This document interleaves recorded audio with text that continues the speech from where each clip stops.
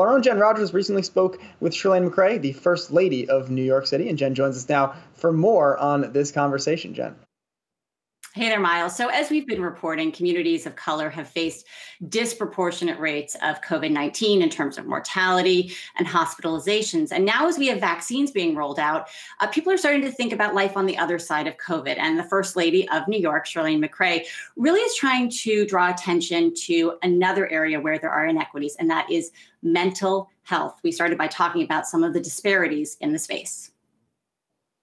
Oh, no, not at all.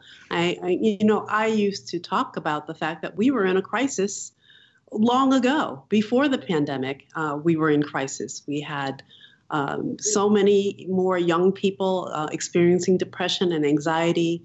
In many parts of our country, there was a rising suicide rate. We were in an opioid epidemic. You don't hear much about that these days, but it hasn't gone away. And of course, there's alcohol abuse.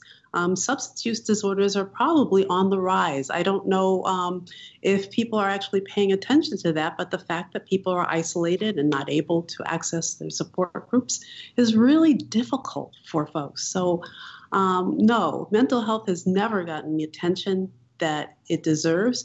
And I always say we can't separate the mind from the body. And there is no health without mental health. We can't say that just because people aren't dying means that they're healthy. It takes a lot more than that. And we have the ability to direct more attention to this area, and we should, because we're going to be living with the residual effects of this pandemic for a long time. So the white paper is called The Path Forward. So let's, I guess, find out how we make this better. And I do think some of it is awareness, right? Shining a light, telling people it's okay to talk about this, because there's a stigma, I think, around mental health. But then it's also being able to fund this. And we all know what's happening to city budgets, not just our own here as New Yorkers, but really around the country. Do we have the resources, or can awareness be enough to make a difference on the path forward? Well, raising awareness is important. We have to do that. We have to get rid of the stigma around mental health. We have to let people know that, we all have it, right? It's all part of all of us, but it's about being human. We know that 1 in 5 adults has a mental health challenge at any given point of their life, and it's not something to be ashamed of. I can't say it enough times. It's part of being human. We don't get upset if someone develops asthma or diabetes or breaks a leg. Why do we have this shame around depression or anxiety? So we do have to change our attitude, and education will go a long way to helping with that. And in terms of funding, I believe that there are many efficiencies that we can bring to bear, and I talk about this in our white paper. If we integrated mental health services with primary care, for example, what a big difference that would make. Not only would people be more likely to access the services they need, but certain populations, like older adults, who are very not likely to access mental health services. And I know this from, caring for my own mother when she was sick, when she developed cancer, and from being in our senior centers, that seniors will think about their bodily needs, but they're not very likely to seek out help if they're depressed about why they're sick, or anxious, or for any other reason. They just are not going to do that. But if they were able to access mental health services through their primary care doctor, it would be so much better. That would take away some of that stigma, and it would take away the need to go somewhere else to get that care that they need.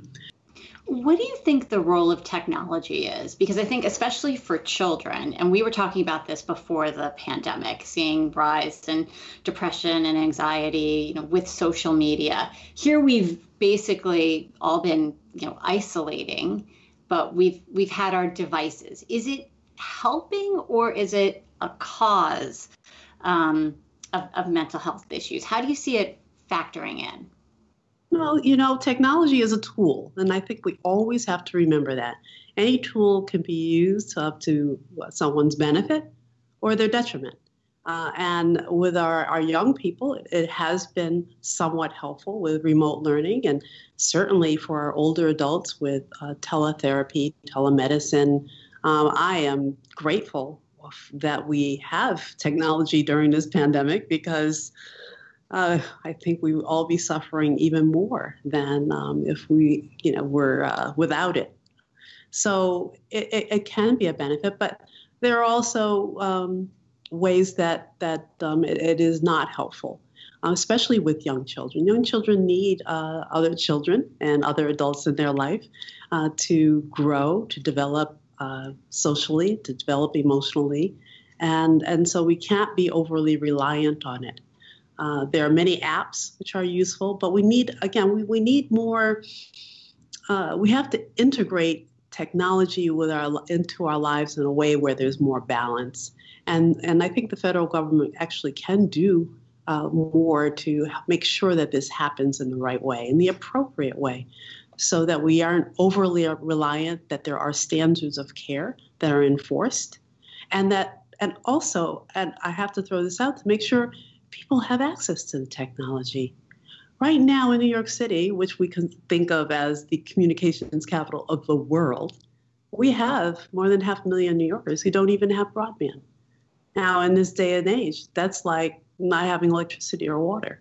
And just when you think about a little girl at night going outside a store, standing on the sidewalk to access that store's Wi-Fi to do her homework, right? Or waiting in a parking lot to, get on the Wi-Fi there, it just brings so much sadness to me. I feel so sad about it, because it's so unnecessary in this very rich country that we live in.